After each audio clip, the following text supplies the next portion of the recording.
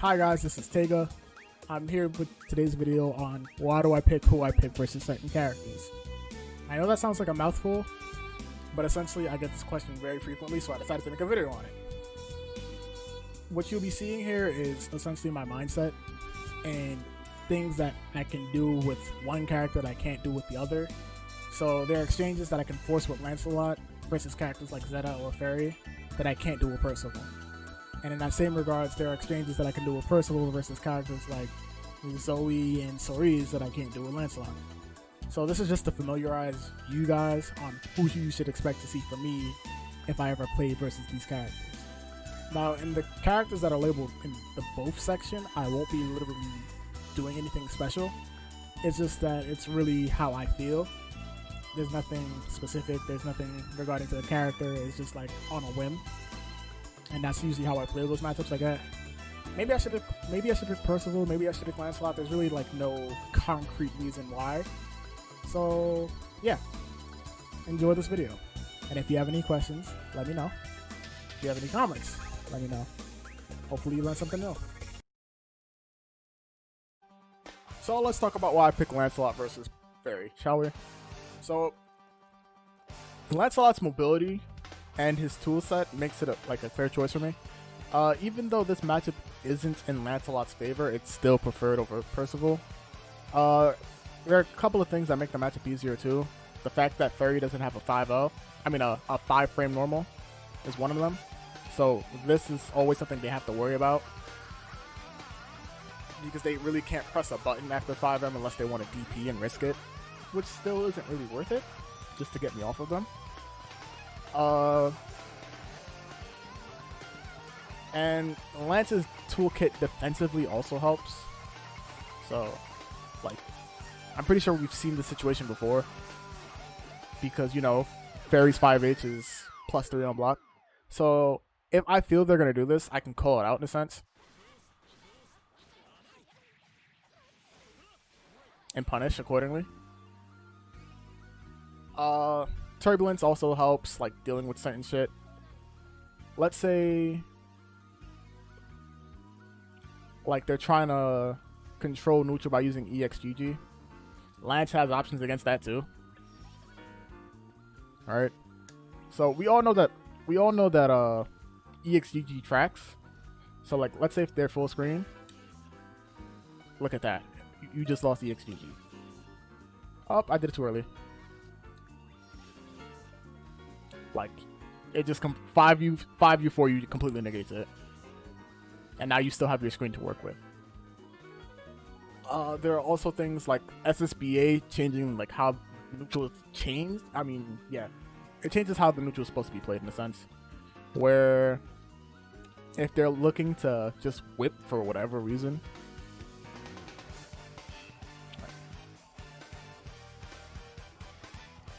Oh wait, this is the wrong recording. Sorry guys. I believe it's this one? Yeah, there we go. So, like, the moment you see whip, you can SSBA it. Oh, I got hit trying to SSBA it. And it doesn't matter what range you're at. You could be inside her range. Like, as long as you're looking for it, it's a free punish. Even if they do, like...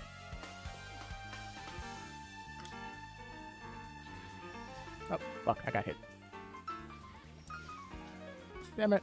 Execution errors. If you're in range, it works. If you're, like, max distance... Oh, wait. And they're trying to punish you for throwing a fireball. Still works.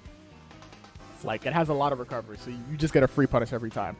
And the fact that Ferry has 9.5k health is pretty good damage. Other things to be worried about is where is it? Or to be not worried about, but like know about is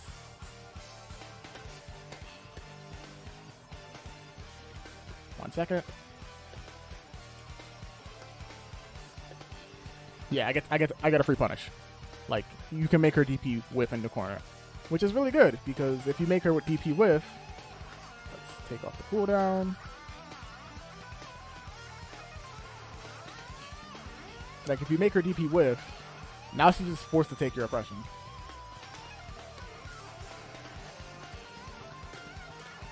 And by that point, my 668 already came back, so it's like, okay, now I get to reset, and her cooldown, her DP is still on cooldown, which is pretty good. Is there anything else in the matchup that I remember? What is this here? Oh yeah. So yeah. Oh, and the last thing is just like jump U is really good in the matchup. Like you could use it to approach in a sense. Like the moment you see them, like you could just jump U it and just get closer. I don't think there's anything else that I need to remember. But yeah, like Lance's toolkit is pretty good for fighting Ferry. So yeah, that's why I use Lance. So let's talk about Lance versus Metera. In a sense, you can call this Diet Ferry, and the fact that just like Ferry, she has 9.5k health. She doesn't have a 5-frame normal, but unlike Ferry, she doesn't have a DP. So you just literally just stay on top of her and maul her. As previously stated, this frame trap is really good. Her only reversal is SBA, but she doesn't really want to risk that because that's going to be a harsh punish. In the corner, you punish her worse. So yeah, they probably won't want to do that anytime soon. Her normals, her anti-air normals being attached to 1H or 3H makes it really easy to screw with her because you could just turbulence in front or behind her to have her mess up her inputs. And even then, you could just like jump you to make the anti-air whiff entirely. So it's completely up to you, and they have to react to your playstyle instead of you reacting to theirs. Of course, obviously, everyone hates Metera jump you. Offline, you can anti-air it, right? But you won't always be able to anti-air it. So if you see 5U, you can just roll, and you get off scotch-free. So yeah, it's really simple to play Lance Metera, and I guess that's why we say the matchup is slightly in Lance's favor. Some will say it's in Lance's favor completely, but yeah, that's why you just play Lance. The reason I play Lancelot versus Katalina is because the matchup is a little bit slower and methodical. First of all, Katalina is really explosive, whiff punishing, dying for being whiff punished, and I'm not really a fan of that. I'd rather just play it slow and steady. I don't have to actually play like a nut. It works to my natural playstyle. When you're fighting Katalina, you could pretty much just play off of what they're doing and never have to overextend. So if you feel like they're going to fireball, you could sweep it. If you feel like they're going to stinger, you could sweep that too. So they're always like being checked in a sense because they're never going to be in this range, which is probably the range they want to play at. You're always going to be playing at this kind of range where you kind of just control neutral a bit more. If they try to DP you, you get to kill them for DPing. So now they have to add to that mental stack like, oh shit, that actually hurt, so let me not DP a second time. But there are some players who might actually DP a second time. Other than that, the matchup is like really simple. Wrecker pressure, that doesn't really change. They can DP, but they have to guess on that. Otherwise, I feel like I'm controlling the base here, and therefore they're playing into the palm of my hands in a sense. So yeah, why not pick Lancelot in this matchup? In regards to the Gran matchup, I would most likely pick Lance. It's very similar to the Katalina matchup. The only difference is that boot is different from Stinger in the fact that I have to stay out of boot range. Stinger range, I could still stand within it and sweep.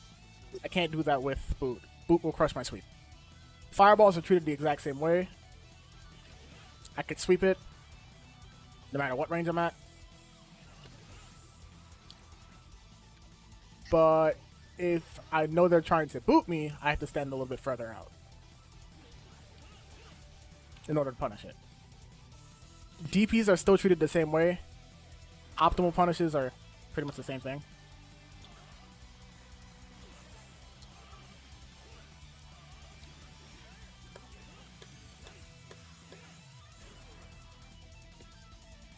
If they wake up EXDP, which is a rarity,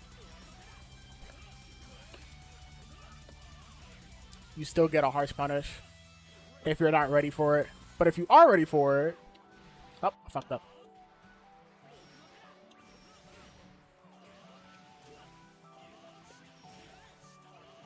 You get to take out 50%. So chances are they probably won't EXDP you. But yeah, that's my reason for picking Lance in the Gran matchup. Pretty much the same as Cat. I just gotta be more cognizant of boot spacing instead of stinger space.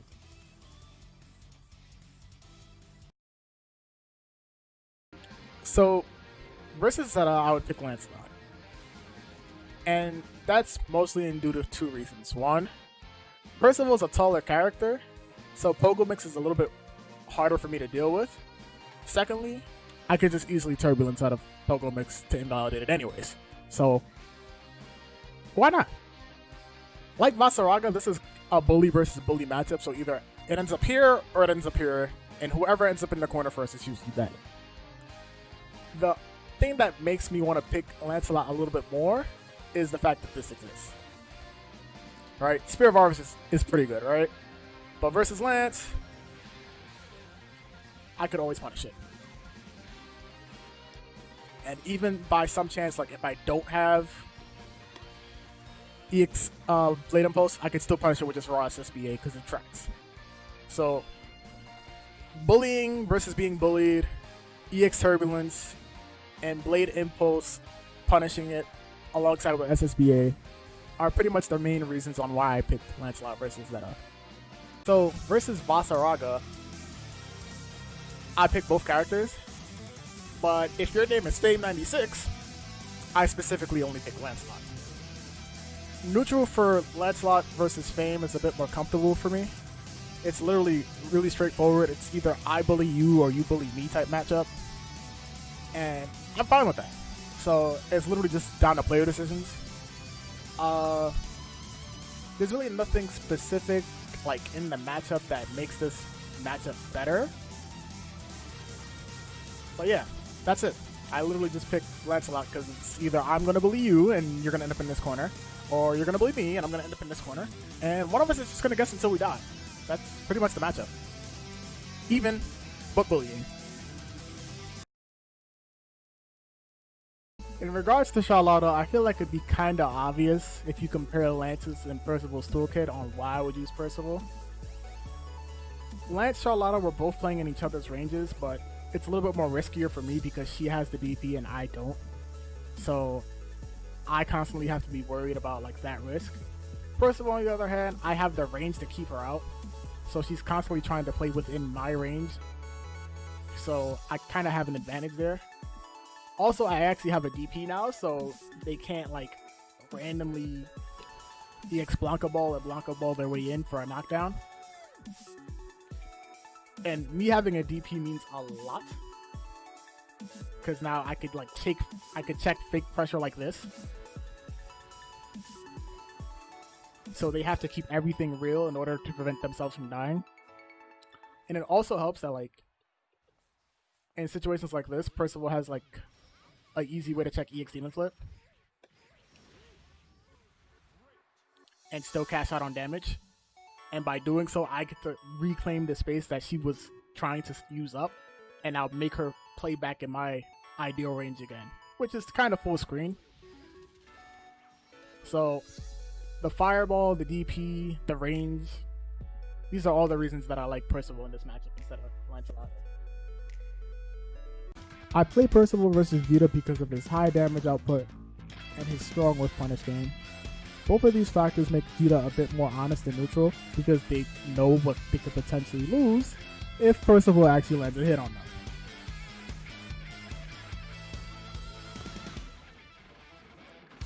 For example, the one downside to this matchup though is 214HL into 2U does not work mid-screen. It does, however, work in the corner. Another factor in the matchup is the fact that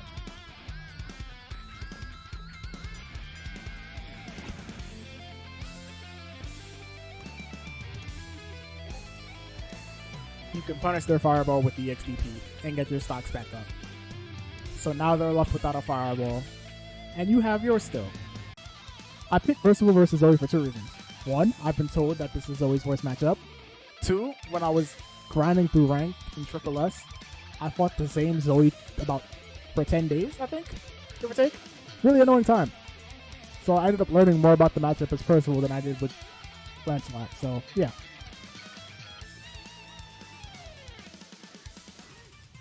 And Percival hitting like a truck is also a plus.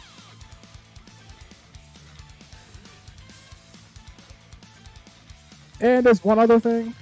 So, like Djeeta, that doesn't work on her. But you know what does work?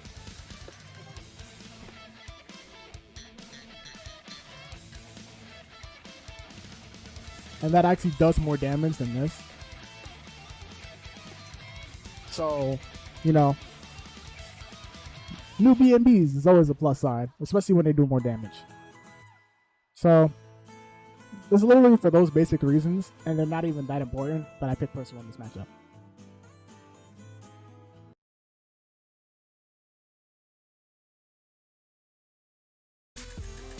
So the main reason that I picked Percival against Ladiva is because I have a longsword, and they do not.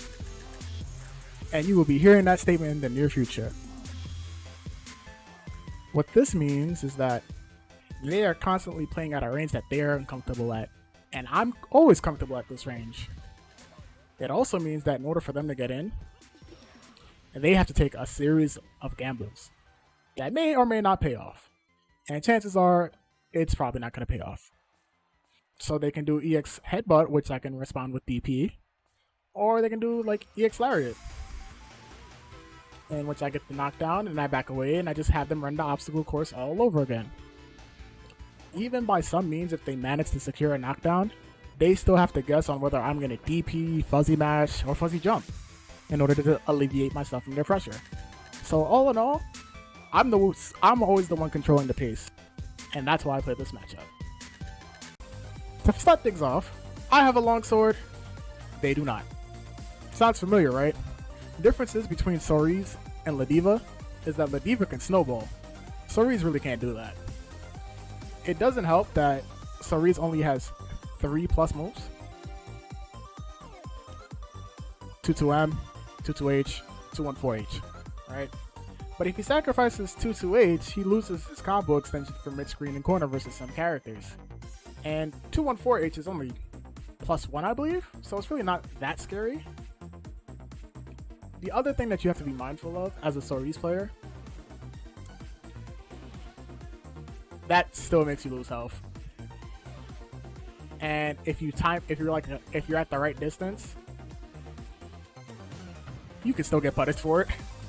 So I was like, oh, there's really no point to using 5U if I could just lose all my health for this and then get pushed back full screen and then run this entire obstacle course all over again, but don't have the ability to snowball like Ladiva.